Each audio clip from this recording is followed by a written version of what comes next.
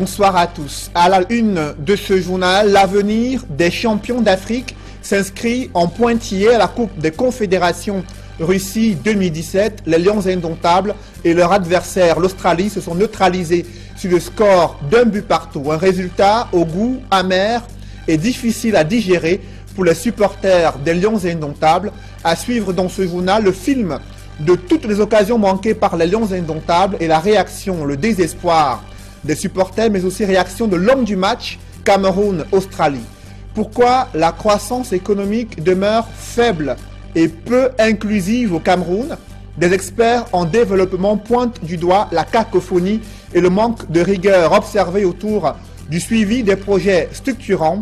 Après de multiples échecs des politiques économiques, le gouvernement appelle à la rescousse à diaspora en vue d'agir dans l'urgence pour le développement du Cameroun. Cependant, toutes les conditions sont-elles réunies pour le retour de la diaspora? À suivre au cœur de ce journal, la réponse du gouvernement.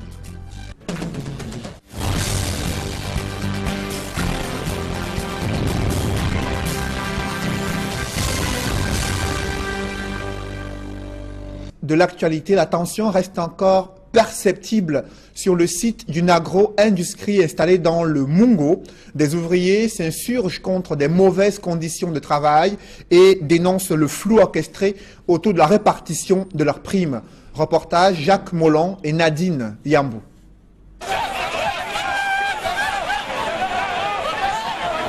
Des ouvriers de la PHP, plantation du Haut-Pendia en colère. Comme un seul homme, ils sont descendus dans la rue en direction de leur siège social situé à Pendia dans le département du Mungo pour crier le mal-être. Une colère due au flou observé autour des méthodes de répartition des primes. Le contrôle nous donne sur le champ. La contribution des 1000 francs que nous donnions, on ne voudrait plus que ça résiste. La pluie doit être stable. Et lorsqu'on nous envoie les contrôleurs sur le terrain, il faut négocier ces primes. Il faut donner 1000 francs afin qu'on puisse attribuer ces primes. Et ces 1000 francs se donnent par semaine. Et lorsque, à ce moment, on ne se base même pas sur le travail. Le travail est bon, il faut donner 1000 francs. Le travail n'est pas bon, tu dois donner 1000 francs. Là, on ne sait pas vraiment dans quel monde on va. Tourmentés par les mauvaises conditions de travail, ces ouvriers ne veulent qu'une seule chose, que leurs droits soient respectés. L'augmentation des primes de production, la diminution des tâches, les primes de risque.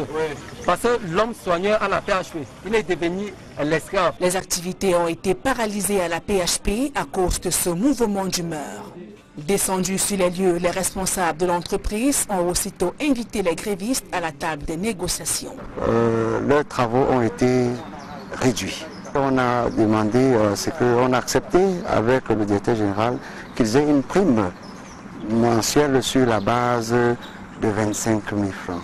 Donc il y a eu, au-delà de la prime de récolte qui est de 25 000 francs, la prime de rendement qui intervient maintenant au niveau des équipes SAF. Des résolutions qui pourraient stabiliser la situation sociale au sein de la PHP. Ils sont nombreux des Camerounais contraints de séjourner durant des années dans l'enfer du milieu carcéral au Cameroun. Pourtant, ils ont déjà purgé leur peine. Ce séjour prolongé contre leur gré est souvent lié aux lourdeurs administratives, judiciaires et la méconnaissance de leurs droits. C'est le constat que font Innocent Abega et Gladys Sidier après une incursion au cœur de la prison centrale de Douala. Reportage. L'exiguïté des lieux, conjuguée à la vétusté et à la surpopulation, sont entre autres grands problèmes du milieu carcéral au Cameroun. Dans la cour de la prison centrale de Nubel, difficile de circuler, les détenus sont entassés. Certains ont développé sur place des activités. Cordonniers, artisans, vendeurs à la sauvette et bien d'autres. La surpopulation carcérale reste aussi liée aux lenteurs administratives dans le traitement des différents cas. Un problème que l'association Avocats sans frontières et humanitaires tente aujourd'hui de résoudre. Nous allons requérir des cas que l'association va prendre en charge. Et généralement, les cas les plus criards sont ceux des dépenses, ceux qui sont détenus encore pour faute de paiement des dépenses. Et aussi de ceux qui sont là parce que les leviers de cours n'ont pas été effectués faute de diligence. Pour le cas de Kribi, on a eu 3 cas déjà libérés par l'association. Parmi les cas, il y a eu des dons qui ont été payés. Et dernièrement, en Kondengi, on a encore recensé 5 cas. L'association s'active pour libérer aussi ces mineurs. Il est en effet difficile pour certains détenus de se payer les services d'un avocat. Mais à côté de ce cas de figure, certains restent incarcérés, parfois pour des amendes évaluées à 10 000 francs CFA et d'autres à cause d'une détention préventive. Là, présentement, nous avons 30 mineurs. Parmi les 30 mineurs, il y a les mineurs qui sont déjà condamnés, il y a les prévenus. Et comme problème que nous rencontrons au niveau de la justice, c'est les lenteurs. Ce que je fais généralement, c'est après 6 mois, je signale. Ceux qui ont plus de 6 mois de détention préventive, je signale. Bon, là-dedans, il y a aussi des enfants qui ont été condamnés. J'ai un cas qui a été condamné depuis mars, mais il y a le problème de décision, la décision n'est pas encore ici, la décision de justice. Les consultations juridiques menées par les avocats ont pour objectif de désengorger le milieu carcéral et faciliter le travail des responsables. Ce n'est pas tous les détenus qui sont à mesure de s'offrir un avocat. Donc, vous voyez, avec les démunis qui sont là, ils pourront les assister, pourront voir, notamment avec les décisions. Il y en a qui sont condamnés, dont les décisions ne sont jamais parvenues au niveau de la prison. Je crois qu'ils vont examiner tous ces aspects-là pour que la prison soit désengagée. Grâce à leurs actions, 3 détenus de la prison de Kribi ont été libérés. 5 cas de la prison de Kondengi sont en étude en attendant ceux recensés à Douala. Cependant, ces actions demeurent limitées pour améliorer les conditions carcérales au Cameroun et résoudre définitivement le problème de surpopulation dans nos prisons. Vous l'ignorez peut-être, mais 60% des jeunes de moins de 25 ans sont accros à la consommation du cannabis et de l'alcool. Cette forte dépendance est à l'origine de la recrudescence des agressions et violences en milieu scolaire et en milieu jeune. La société civile dénonce l'impuissance des autorités et le silence de la communauté nationale à l'occasion de la semaine de lutte contre les abus et le trafic illicite de la drogue au Cameroun. Reportage, Marcelin Gansop. Dans les établissements scolaires. Une étude menée auprès des jeunes révèle que l'usage des drogues, et notamment du cannabis, encore appelé banga, était répandu au Cameroun. La population concernée est celle âgée de 13-15 ans. Il ressort que c'est un peu plus de 10% des jeunes de cette catégorie qui ont expérimenté le tabac et qui en font un usage régulier. Nous avons posé la question à ces jeunes de savoir s'ils fumaient autre chose que le tabac.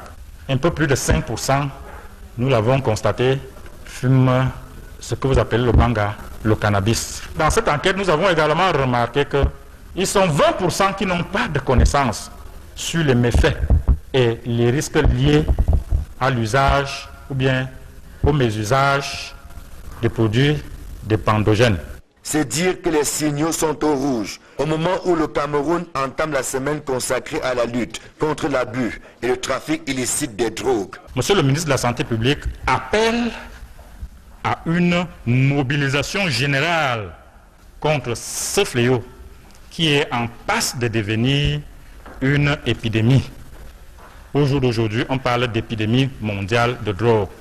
Les parents sont également invités à plus de responsabilité et de vigilance en cette période de vacances qui commence.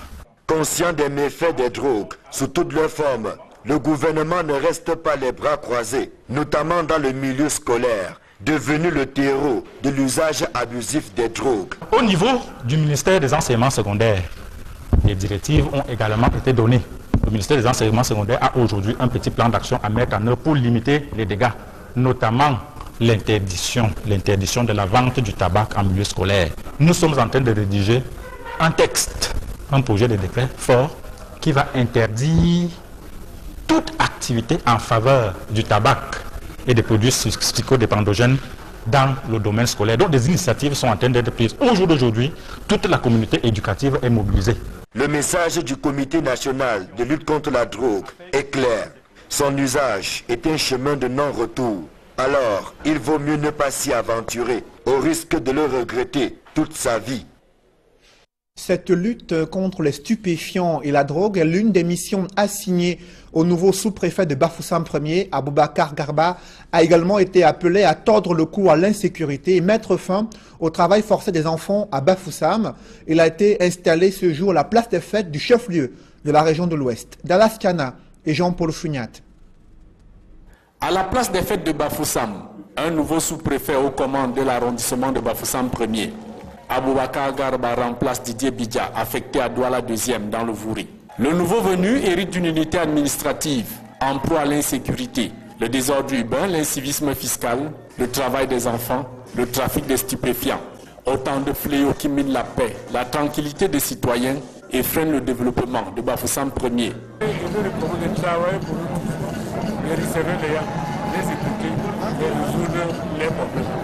Fraîchement installé, Aboubacar Garba prend la mesure des défis à relever. Je veux me battre, on va s'en sortir avec l'aide des responsables des forces de maintien de l'ordre, des comités de vigilance et des populations. Le préfet de la MIFI, Joseph Tangwa Fauver, et le maire de Bafoussam Ier attirent surtout l'attention du nouveau sous-préfet sur le phénomène de manipulation, diffamation et corruption, devenu le sport favori de certaines autorités municipales, chefs traditionnels, élites et habitants de la localité. Je sais de quoi je parle, c'est une ville de manipulation, c'est une ville de médisance. Vous n'allez pas me dire que c'est propre à Bafoussam, ça se fait un peu partout, mais on a comme l'impression que c'est un peu plus accentué dans la ville de Bafoussam. L'oisiveté amène certaines personnes à se jeter dans ce genre de sale activité. Donc je me devais d'attirer l'attention de ce problème. L'autorité administrative est toujours au-dessus de la mêlée.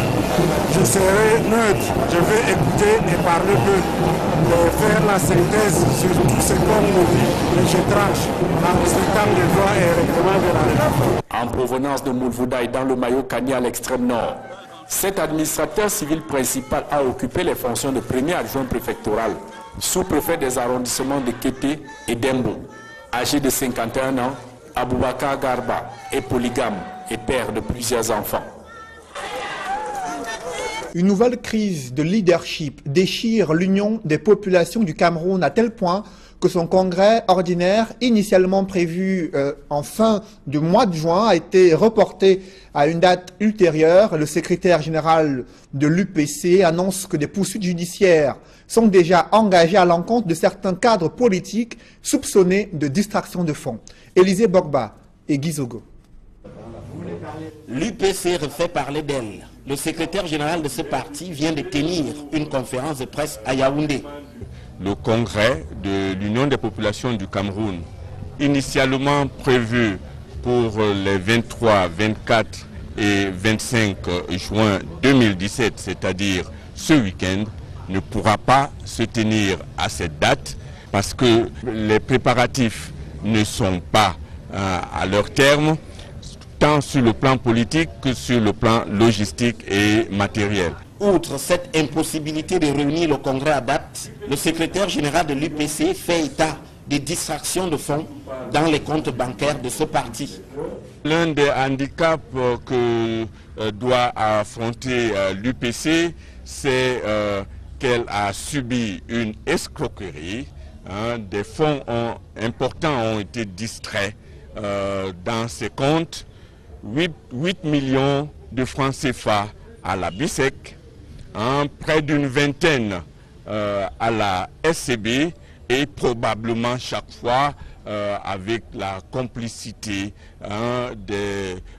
peut-être de tel ou tel autre parmi le personnel des établissements. L'affaire est en justice et la justice tirera toutes les responsabilités au clair.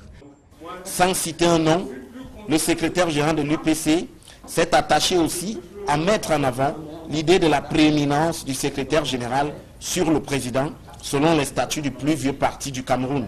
Cela en toile de fond du conflit qui oppose depuis plusieurs mois les deux principales têtes de ce parti au sujet de sa gestion. Pour l'instant, les militants devront attendre le temps que le congrès prévu pour se tenir cette année selon les statuts finisse par avoir lieu.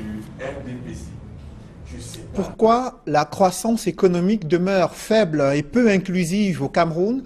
Des analystes financiers et experts en développement pointent du doigt une cacophonie dans la sélection des projets. Ils critiquent également une conduite approximative des projets structurants qui n'ont pas d'impact réel sur le quotidien des populations. Un diagnostic établi lors d'une conférence qui se tient à Yaoundé. Joël Essengue et Ike Cyril.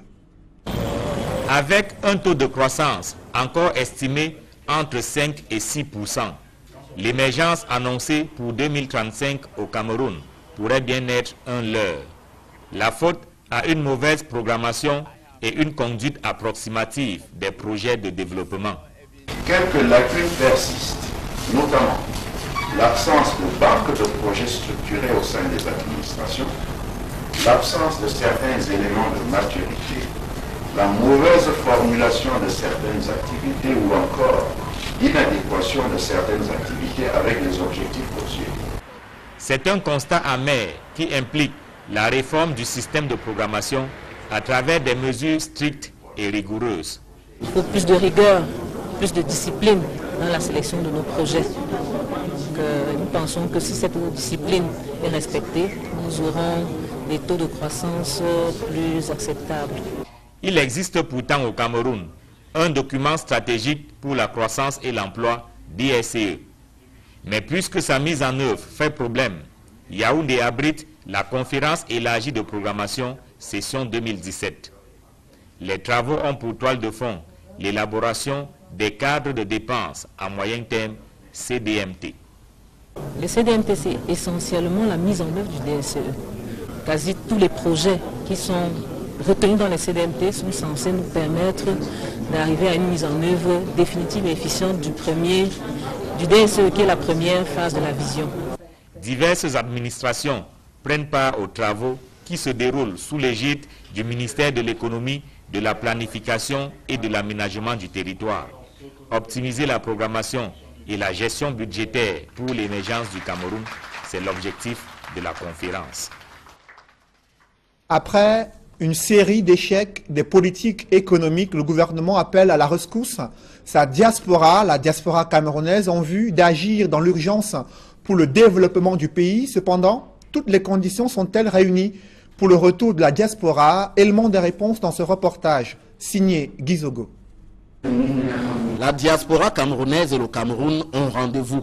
C'est l'objet d'une conférence de presse qui vient de se tenir à Yaoundé pour annoncer l'imminence de la première édition du Forum de la diaspora. Une importante partie de nos compatriotes, soit près de 5 millions, se trouvent pour une raison ou pour une autre établis à l'étranger. La prise en compte de ces derniers, de leurs difficultés, de leurs besoins, constitue une préoccupation constante au plus haut niveau de l'État. Sur le thème, le Cameroun et sa diaspora, agir ensemble pour le développement de la nation, qui servira d'aiguillon à ce forum, le gouvernement égrène ses priorités. Le forum de la diaspora 2017 devrait ainsi contribuer, premièrement, à créer une plateforme permanente de dialogue et de facilitation. En second lieu, la diffusion et la compréhension des politiques publiques en faveur de notre diaspora.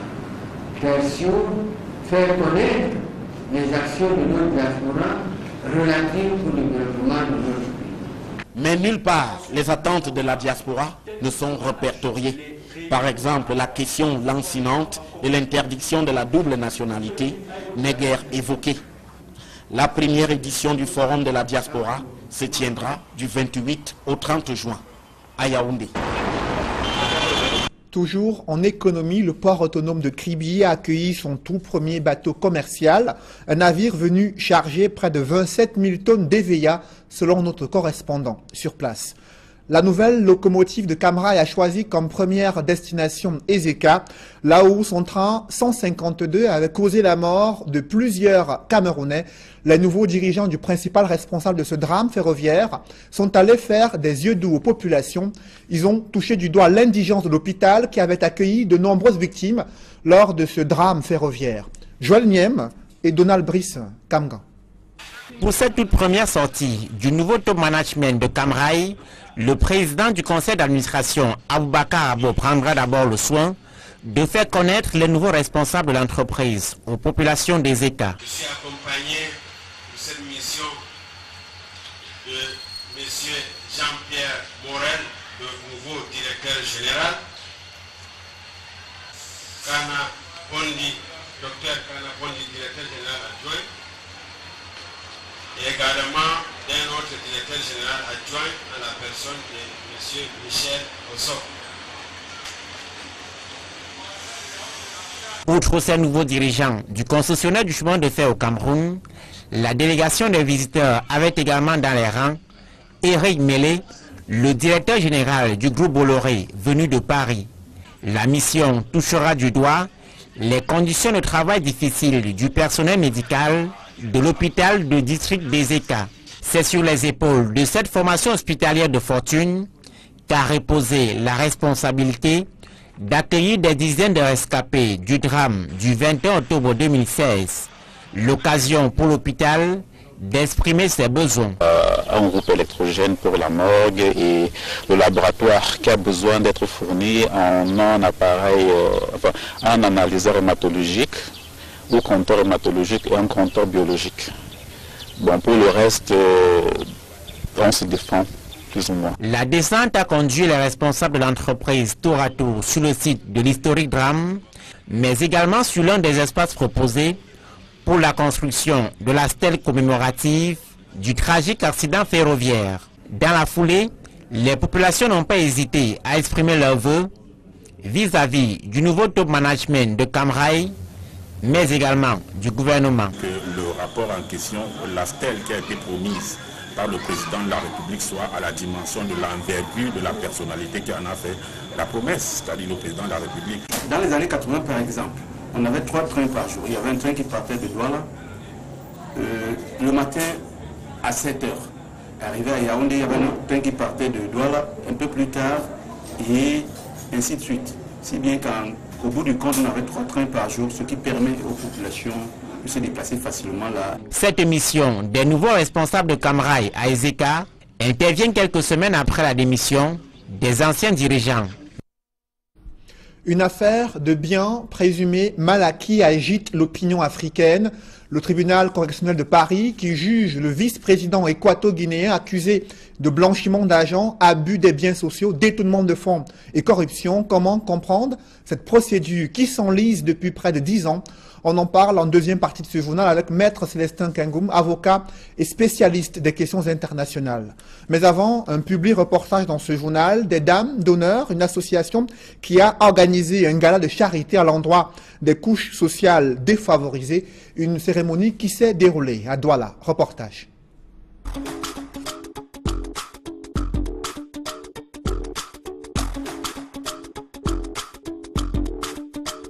L'association Les Dames d'honneur est à l'honneur. À l'occasion de la fête des pères tenue ce 18 juin à la salle des fêtes d'Akwa à Douala, ces femmes dynamiques ont organisé un gala de charité à l'endroit des couches sociales les plus vulnérables. L'événement en lui-même, baptisé Journée gastronomique et rendu à sa première édition, a été marqué par des attractions diverses, des tirages tombola et des moments de détente.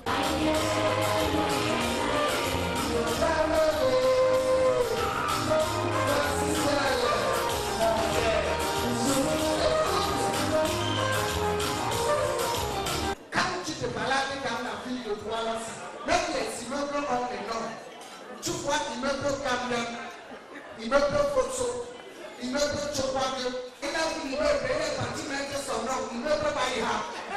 Le lendemain, c'est faire un repris à côté maison familiale. Ils sont pour le problème. L'association Les Dames d'honneur est une équipe de 15 femmes formidables qui ont décidé d'aller vers les personnes démunies pour leur apporter du sourire.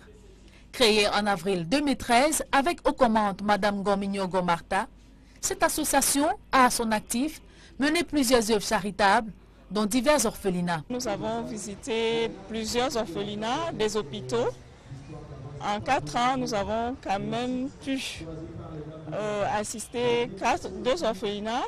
Nous avons équipé un hôpital, l'hôpital de district de New Bell,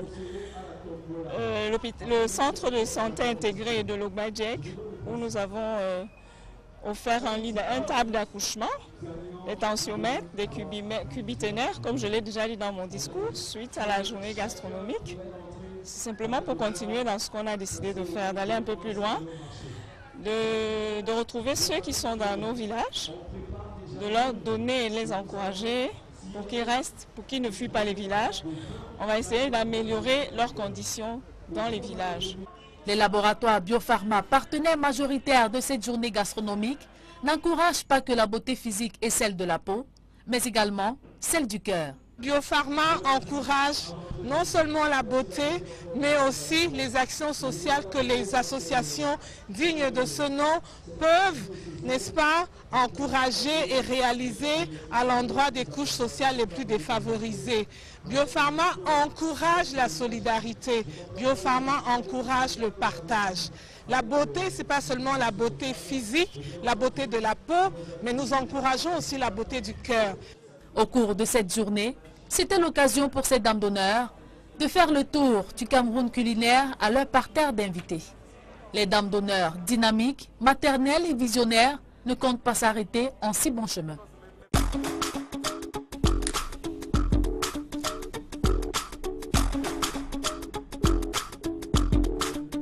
Dans une poussière de seconde, la deuxième partie de ce journal.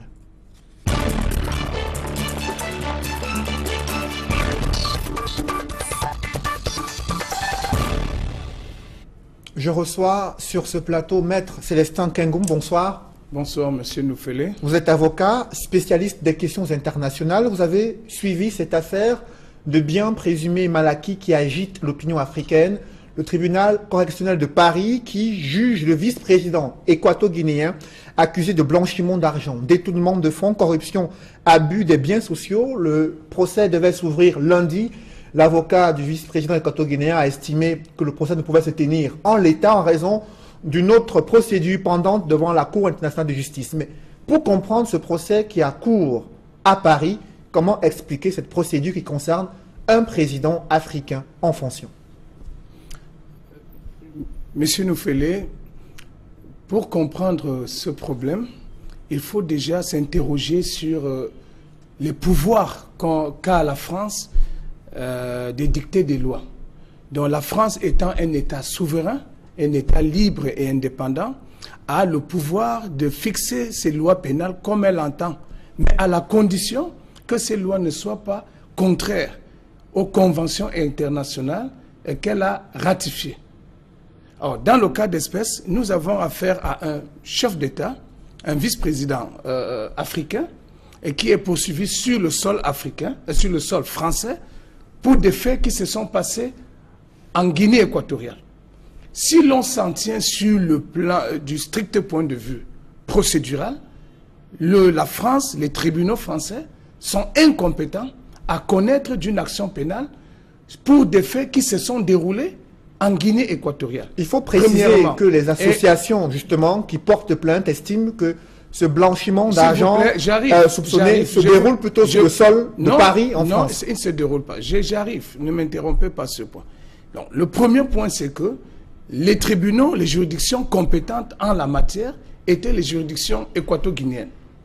Deuxième obstacle à une éventuelle procédure contre le vice-président équato-guinéen, c'est la question de l'immunité diplomatique dont il bénéficie. En tant que membre du gouvernement de son pays, il bénéficie d'une immunité diplomatique. Il ne peut donc pas être poursuivi sur le sol français pour des faits qui se sont passés en Guinée équatoriale si cette immunité n'est pas levée. Et c'est dans ce sens, et c'est pour atteindre cet objectif, que la Guinée équatoriale a saisi la Cour internationale de justice pour que soit reconnue à M. Teodorino Obiangema la qualité d'homme politique, d'homme d'État équato-guinéen bénéficiant d'une immunité diplomatique qui lui confère du coup une immunité juridictionnelle par rapport à la France. Mais toutefois, le problème juridique qui se pose en l'espèce, c'est que les biens mal acquis se trouvent sur le territoire français. Et la France peut donc être poursuivie par qui que ce soit comme receleur de ces biens. Donc c'est peut-être aussi pour se protéger que la France engage cette action parce qu'elle a sur son territoire des biens colossaux, des immeubles innombrables appartenant à un citoyen qui n'est pas français et qui ne peut pas justifier la provenance de ces sommes ou qui ne les justifie pas. Mais c'est d'ailleurs pour les justifier. Même s'il s'agit d'un président d'un pays qui est en fonction et qui peut brandir le fait que ces différents biens qui sont acquis en France relèvent de l'État équato-guinéen. Mais écoutez, ils disent que ça appartient à l'État équato-guinéen, mais les Français ont la preuve que ces biens sont au nom de M. Théodorine. Si les biens portaient le nom de l'État équato-guinéen, il y aurait déjà même le principe de l'inviolabilité des ambassades qui sont considérées comme des territoires étrangers sur le sol où ils se trouvent. Donc le problème pour moi, c'est une mafia. Laquelle? Il y a une mafia en dessous de cette affaire. Et qui orchestre cette mafia? La mafia, il y a les hommes politiques français qui sont de connivence avec des associations et qui utilisent comme cheval de Troie les avocats. Donc c'est une véritable mafia. Qu'est-ce que cette mafia a gagné dans cette affaire? Mais l'argent, puisqu'ils demandent à se faire payer, ils veulent mettre la main sur ces biens qui seront d'abord au départ bradés, toujours à des petits copains, et les sommes serviront à payer des débours, c'est-à-dire des dépenses, les frais de procédure, les honoraires d'avocat, tout un tas de choses, afin que l'argent puisse rentrer dans des poches étrangères autres que celles des citoyens équato-guinéens pour qui ces gens prétendent se battre. Maître Célestin Kangoumé, est-ce que la France ne pourrait pas, par exemple, si l'occasion lui était permis de pouvoir saisir ces biens et justement les vendre, mais retourner ces biens dans le compte de l'État équato-guinéen pour que l'affaire cesse? Mais depuis 10 ans, elles s'enlisent et ils maintiennent mordicus de vouloir ouvrir un procès contre un vice-président africain. Au départ, ce procès a été dirigé contre 5 chefs d'État africains. Il y a le président Sassou Nguesso du Congo, Feu Omar Bongo du Gabon, le président angolais, Eduardo dos Santos, le vice-président équato-guinéen, Théodorine Obiangema, et ainsi que le président tchadien. Donc, au départ, il y a 5 candidats aux poursuites. Mais à la fin, nous nous retrouvons avec une seule poursuite contre Obiangema. Pourquoi Théodorine Obiangema? Parce qu'en ce moment, il y a l'enjeu de la succession de son père. Voilà l'enjeu qui est en dessous de cette bataille. En plus de cet intéressement financier, il y a l'enjeu de la succession au niveau de l'État équato-guinéen. Pourquoi cet enjeu de succession intéresse tant la France? Elle s'intéresse parce qu'aujourd'hui, la Guinée équatoriale est considérée comme un pays sous le giron américain. Or, vous avez aujourd'hui un président Donald Trump qui dit « Je suis venu au pouvoir pour les Américains, je m'occupe d'abord des Américains et je gère les intérêts des Américains. » Et du coup, des appétits naissent dans les esprits de certaines multinationales françaises qui veulent faire main basse sur toute cette immense fortune en préparant des hommes qui viendront prendre le relais de M. Obiangema, à moins qu'il ne précipite même son départ en créant des remous sociaux, comme nous le voyons aujourd'hui au Gabon. Alors on a vu la CIJ qui a demandé à la France de veiller à l'inviolabilité de l'immeuble qui avait été saisi au départ et dont la Guinée équatoriale avait précisé qu'il s'agissait d'un immeuble qui appartenait justement à ce pays-là. Qu'est-ce qui va désormais se passer maintenant que l'audience qui devait s'ouvrir lundi dernier a été renvoyée et pour cause l'avocat du vice-président équato-guinéen a demandé à ce qu'on attende d'abord la fin de la procédure qui est en cours devant la CIJ? Mais écoutez, il y a 2 phases. Il y a 3 phases. Il y a une phase des enquêtes. Nous ne sommes plus aux phases des enquêtes. Nous sommes maintenant à la phase de jugement, c'est-à-dire la procédure est enrôlée au fond. Et ça va aboutir à un jugement. Et arrivera la 3e et dernière étape qui consistera à exécuter le jugement. La France peut-elle aller au bout dans le cadre de cette procédure? Mais bien sûr, dans le cadre de l'exécution de ce jugement, la France peut donc discriminer entre les biens à saisir. Elle peut faire main basse sur les comptes bancaires, sur des véhicules qui sont nécessairement au nom d'une personne privée, les Bulgaries, les Porsche et tout ça. Maintenant, certains biens immobiliers, s'ils portent le nom de l'État équato-guinéen, ils seront mis de côté, ils ne seront peut-être pas saisis.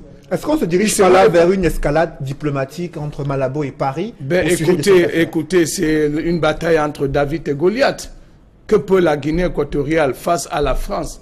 Qu'a pu la Libye face à la France et aux autres? Est-ce que la CIJ peut jouer un rôle déterminant dans ces procédures? La Cour internationale de justice est assez hypocrite dans sa prise de position parce que d'abord elle s'est déclarée incompétente à connaître de cette affaire, de la saisine par la Guinée équatoriale, mais en même temps elle fait des recommandations à la France. Donc vous voyez, la Cour internationale qui aurait dû se prononcer d'une manière ferme, hésite, prend des positions ambiguës. En quelque sorte, c'est une espèce de feu vert. Est-ce que la France, en dépit de ce que la Cour internationale de justice est saisie d'un recours par rapport à sa première décision, est-ce que la France peut surseoir à statuer? Encore là, c'est une appréciation souveraine des juges de fond français. Mais je doute qu'ils puissent suivre cette voie, à moins que des transferts d'argent importants soient en jeu. Parce que c'est de ça qu'il s'agit. Même les hommes, pas seulement les hommes politiques, même les grands magistrats français vivent sur le dos de l'Afrique. L'avocat Bourdon qui agit pour l'association Sherpa, c'est le même avocat que l'on retrouve dans les procès au Sénégal contre l'ex-président tchadien Hissène Habré. Restons dans les couloirs de la justice, Maître Célestin Kangoum, pour évoquer le cas du Cameroun. Vous avez suivi le retour de ce sulfureux député SDF, Joseph Uriba, qui était jugé en clandestinité depuis de nombreux mois. Il a déclaré à l'Assemblée nationale qu'il y a eu un mandat d'arrêt qui a été émis contre lui et que le président de l'Assemblée nationale ne l'a pas protégé, ne l'a pas défendu. Et c'est une chose qui surprend des Camerounais. Comment expliquer qu'un mandat d'arrêt puisse être émis à l'encontre d'un député alors qu'il est encore en fonction? Est-ce que c'est possible? C'est possible si l'immunité parlementaire est levée. Il peut être poursuivi comme tout citoyen. Mais est-ce que cette immunité a été levée? Je n'en sais rien. Quelles sont les conditions dans lesquelles une procédure peut aboutir, une procédure judiciaire peut être enclenchée et aboutir à la levée d'une immunité parlementaire? D'abord, sachez que les députés, bien qu'étant élus du peuple, sont d'abord des citoyens comme tous les autres citoyens et ils sont justiciables devant les juridictions comme tout autre citoyen. Mais toutefois, avant qu'une juridiction de l'ordre d'une juridiction répressive, on ne parle pas en matière civile ou commerciale, il s'agit des poursuites pénales.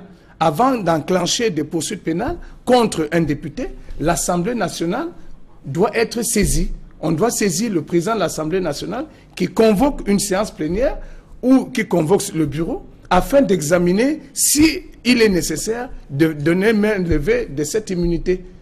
De donner main levée, mais si on ne le donne pas, les poursuites sont suspendues jusqu'à la fin du mandat de l'élu du peuple. Et la main levée peut être aussi ordonnée. À partir de ce moment, le député peut se présenter devant les juridictions pour répondre des faits qui lui sont reprochés. Et je profite encore pour revenir sur le cas de la Guinée équatoriale, pour établir un peu un léger lien. Vous voyez, ce qui arrive aujourd'hui à M. Obiangema, c'est ce qui arrivera à tous nos dirigeants qui pillent leur pays pour aller mettre de l'argent dans ces pays occidentaux. Donc, parce que vous voulez dire que les présidents africains sont responsables eux-mêmes de cette situation qui se déroule avec ces juridictions françaises et étrangères qui saisissent les biens? Pourquoi vous vous limitez aux présidents africains? Et les présidents ont même moins de biens que les directeurs généraux. Il y a un directeur général, je pense, d'une société, d'une entreprise publique, qui est sous le coup de poursuites, ça circulait dans les réseaux. Il lui est reproché des détournements de près de 193 milliards. Vous vous rendez compte? Vous avez vu le reportage sur la prison de Nubel? Dans quelles conditions vivent nos propres frères? Dans quelles conditions vous et moi nous pouvons nous retrouver si on était arrêté et placé sous détention dans une prison? Vous voyez dans quelles conditions horribles? À se demander si ce sont des êtres humains. Et pendant ce temps, quelques individus pillent des milliards. Je pense qu'à un moment donné, il faudrait qu'on s'arrête et que ce peuple se réveille pour dire assez, c'est assez. Justement. Assez non pas par rapport à un homme d'État, mais par rapport à tous ceux qui ont mis ce pays à genoux. Justement, M. Célestin Kangoum, il y a un projet de loi sur les entreprises publiques portant statut des entreprises publiques pour tenter justement de mettre fin à ces nombreuses dérives managériales qui conduisent à des détournements de fonds publics. Non, ce texte, est-ce que ça va pouvoir résoudre le problème? Ce texte ne peut pas résoudre le problème parce qu'il existe déjà un texte qui limite le mandat à la tête des entreprises publiques, des dirigeants. Il y a un texte qui prévoit 3 ans renouvelables 2 fois. Donc on ne devrait pas faire plus de 9 ans à la tête d'une entreprise. Peut-être que les délais ont été écourtés, mais toujours est-il dit qu'on ne doit pas faire plus de 9 ans. Le directeur général de la SNH, il est là, je crois, depuis plus de 20 ans. Un peu partout, il y a beaucoup d'entreprises où des dirigeants ont fait 14, 15 ans. Mais comment expliquer que les pouvoirs publics ne fassent pas respecter les textes qui existent? Il faut que le chef de l'État commence par faire appliquer les textes qui existent.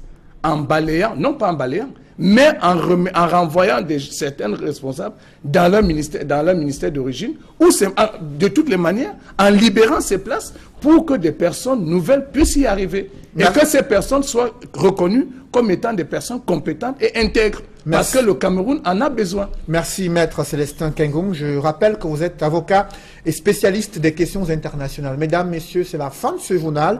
Ne manquez pas à votre rendez-vous ce soir, Regard Social, qui évoque la problématique des personnes démunies, parmi lesquelles des enfants exposés aux maladies cardiovasculaires. Émission présentée par Éric Fernand Kouamou et comme invité, Artusan, l'inventeur du cardiopad, qui viendra évoquer justement l'apport de sa nouvelle technologie dans les solutions apportées aux maladies cardiovasculaires. Il est l'invité de Regard Social à suivre juste après ce journal. Merci de rester sur Equinox Télévision.